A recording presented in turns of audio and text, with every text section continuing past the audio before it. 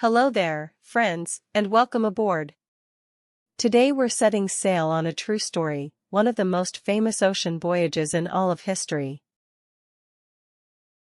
It's the story of an explorer named Christopher Columbus, and his daring journey across a vast and stormy sea, more than 500 years ago. So grab your captain's hat, and let's set sail. Long, long ago, the people of Europe loved wonderful treasures that came from faraway Asia. Sparkling silks, glittering jewels, and best of all, spices, like cinnamon and pepper, to make their food delicious. But Asia was on the other side of the world. To get there, traders had to travel overland for many, many months. They crossed scorching deserts and towering mountains. The journey was long, and hard, and full of danger. There simply must be a faster way, people wondered, to reach the riches of the East. And so, the greatest sailors and thinkers of Europe began to dream. What if there was a sea route, a path across the water, that could take them straight to those riches? Now, a sailor from Italy named Christopher Columbus had a bold and daring idea. You see, people back then already knew that the earth was round, like a great big ball. So Columbus thought, instead of traveling east over the land to reach Asia, why not sail west, across the open ocean, all the way around? He was sure the ocean was small enough to cross in just a few weeks. But Columbus was wrong about that. The world was far, far bigger than he knew. Many people thought his plan was much too risky. The ocean is too wide, they warned. You will never make it back. But Columbus believed in his idea. He just needed someone to help him try. A voyage like this needed ships, and sailors, and a great deal of money. So Columbus visited kings and queens, asking each one to pay for his journey. He asked, and he asked. But one after another, they all said no. For years and years, nobody would help him. At last, he came to Spain, to Queen Isabella and King Ferdinand. They listened to his daring plan. They thought it over carefully.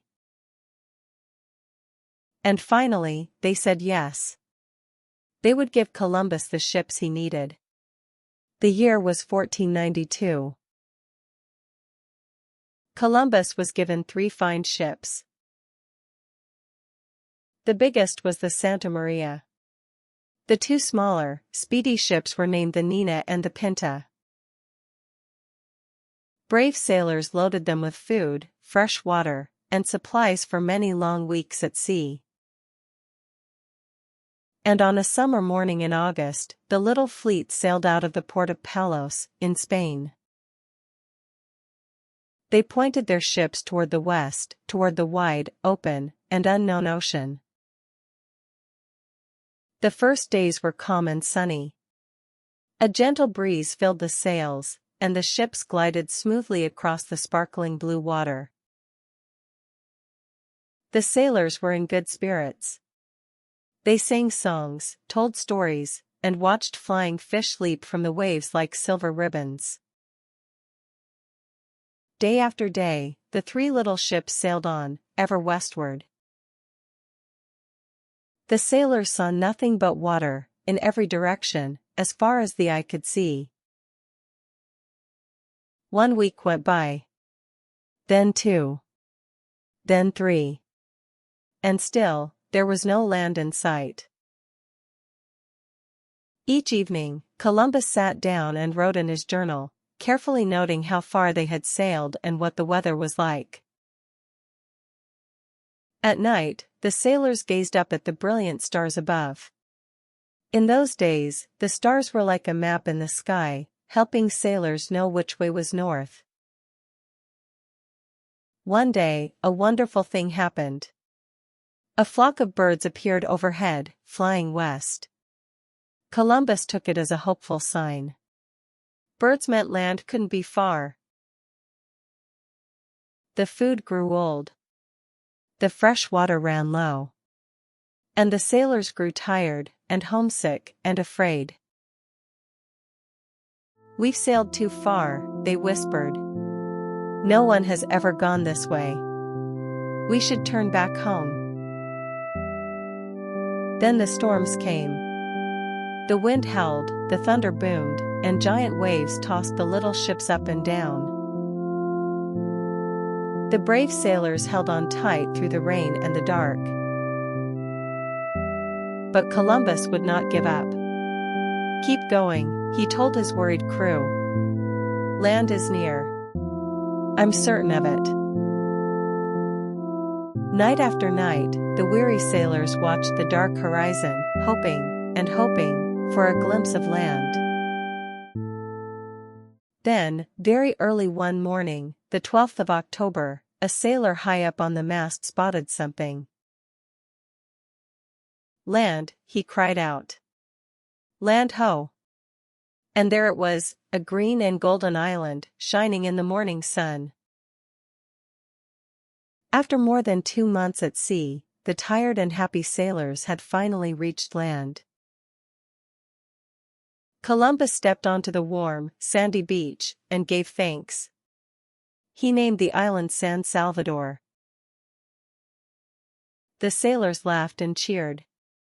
Some knelt down and kissed the soft, warm sand.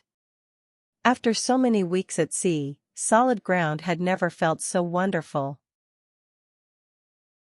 But here is something very important to remember. This land was not empty at all. People already lived here. They were called the Taíno, and these beautiful islands had been their home for thousands of years. The Taíno came down to meet the newcomers. They were kind, and they shared food and gifts. The Taíno were remarkable people. They grew delicious fruits and vegetables, built beautiful homes, and sailed their own canoes across the sea between the islands. The sailors and the Taíno could not understand each other's words. But they smiled, and pointed, and gestured, trying their very best to talk. Now, Columbus had made a very big mistake. He believed he had sailed all the way to the Indies, the islands near Asia. So he called the people he met Indians. But he was wrong. He was not in Asia at all. Without knowing it, Columbus had reached a whole part of the world that Europe had never even known was there. Columbus explored more sunny islands, like Cuba and Hispaniola, still certain he was somewhere in Asia. Then he sailed home to Spain to share the amazing news, and the king and queen were overjoyed. In the years that followed, Columbus crossed the great ocean 3 more times. When he returned to Spain, Columbus brought back parrots with brilliant feathers, strange and wonderful plants, and amazing tales of the lands he had seen. Word of the discovery spread quickly across Europe. Other explorers and countries now wanted to sail west themselves and see this wondrous new world. But to the very end of his life, Columbus never realized that he had not reached Asia at all. And he never set foot on the mainland of what is now the United States. His islands lay far, far to the south. A few years later, another explorer named Amerigo Vespucci understood the truth. These were lands new to Europe, a whole new world. And that, dear friends, is how America got its name. It was named after Amerigo. Columbus's voyages did something that had never happened before. They connected 2 halves of the world across the sea. For the first time, the 2 sides began to share things. Foods like tomatoes, potatoes, and corn traveled one way, and horses and other things traveled the other. But this great meeting was also very hard, and very unfair, for the Taíno and the many peoples who already lived here. Their lives were changed forever, and they faced great hardship.